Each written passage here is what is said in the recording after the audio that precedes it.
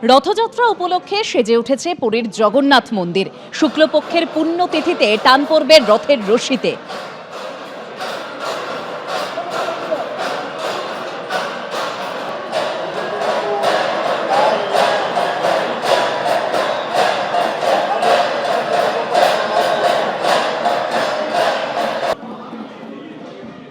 बहुत अच्छा, ये प्रेम की वर्षा है, ज्ञान की वर्षा है।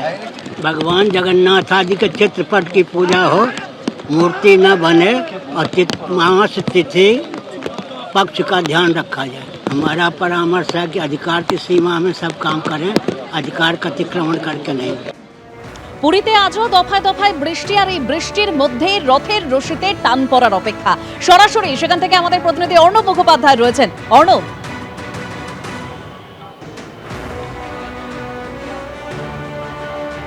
দেখো, প্রায় সকালবেলা আমরা এখানে এসে পৌঁছেছি 8টায় এবং এখনো অবধি টানা প্রায় বৃষ্টি পড়ে যাচ্ছে। মাঝে হয়তো দু একবার বৃষ্টি কিছুটা কমেছিল, কিন্তু টানা বৃষ্টি পড়ে যাচ্ছে।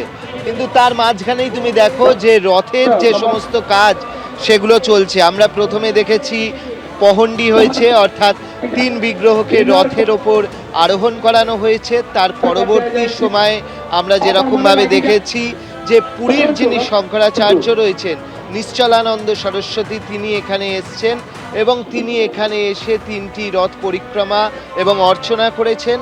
তার পরবর্তী সময় রাজা গজপতি দিব্যসিংহদেব তিনি এসছেন। গজপতি দিব্যসিংহদেব এসে তিনি এখানে ছেঁড়া পহরা যে রীতি বা সোনার ঝাড়ু দিয়ে যে 3টি রথকে পরিষ্কার করার যে রীতি, সেইটা তিনি পালন করেছেন। এবং এই মুহূর্তে দেখো যে 3টি রথ যে রয়েছে, সেই 3টি রথ এখন টান পড়ার অপেক্ষায় রয়েছে। 3টি রথই এই মুহূর্তে টান পড়ার অপেক্ষায় রয়েছে। একদম ডান দিকে আমরা দেখতে পাচ্ছি যে রথের যে কাপড়ের রং রয়েছে লাল এবং সবুজ রঙের, সেটা হচ্ছে বলভদ্রের রথ এবং সেটা তালধ্বজ। তারপরে রয়েছে লাল এবং কালো রঙের যে রথটি রয়েছে কাপড় দেওয়া, সেটি হচ্ছে দর্পদলন বা সেটি হচ্ছে সুভদ্রা দেবীর রথ। এবং বাঁদিকে রয়েছে জগন্নাথ দেবের রথ, অর্থাৎ লাল হলুদ রঙের, সেটা হচ্ছে নন্দীঘোষ আমরা জানি বা গরুর ধ্বজ। এই 3টি রথ এখন যেটা হচ্ছে যে ধরো এই যে পুরীর যিনি শঙ্করাচার্য এলেন বা রাজা এলেন, তারা যখন রথের ওপরে চড়েন তার জন্য একটা সিঁড়ির ব্যবস্থা থাকে। সেই সিঁড়ি এখন সরিয়ে নেওয়া হচ্ছে, তার কারণ এবার রথ চলতে শুরু করবে। সিঁড়ি থাকলে তো রথ চলবে না, সেই কারণে সিঁড়িগুলো খুলে সাইডে এর কাঠগুলো রেখে দেওয়া হচ্ছে। এবং তারপরে হচ্ছে যে ঘোড়াগুলো রয়েছে সেই ঘোড়াগুলো কিন্তু লাগানো হবে। ঘোড়াগুলো লাগানোর পরে রথ শুরু হবে। তোমাকে দেখিয়ে দেবো যে কীরকম ব্যবস্থা ঠিক হয়। ঠিক রথের পিছন দিকে তুমি দেখো কয়েকটি গাড়ি রয়েছে, যে গাড়িতে পুরো মাইক্রোফোনের বক্স ফিট করা রয়েছে।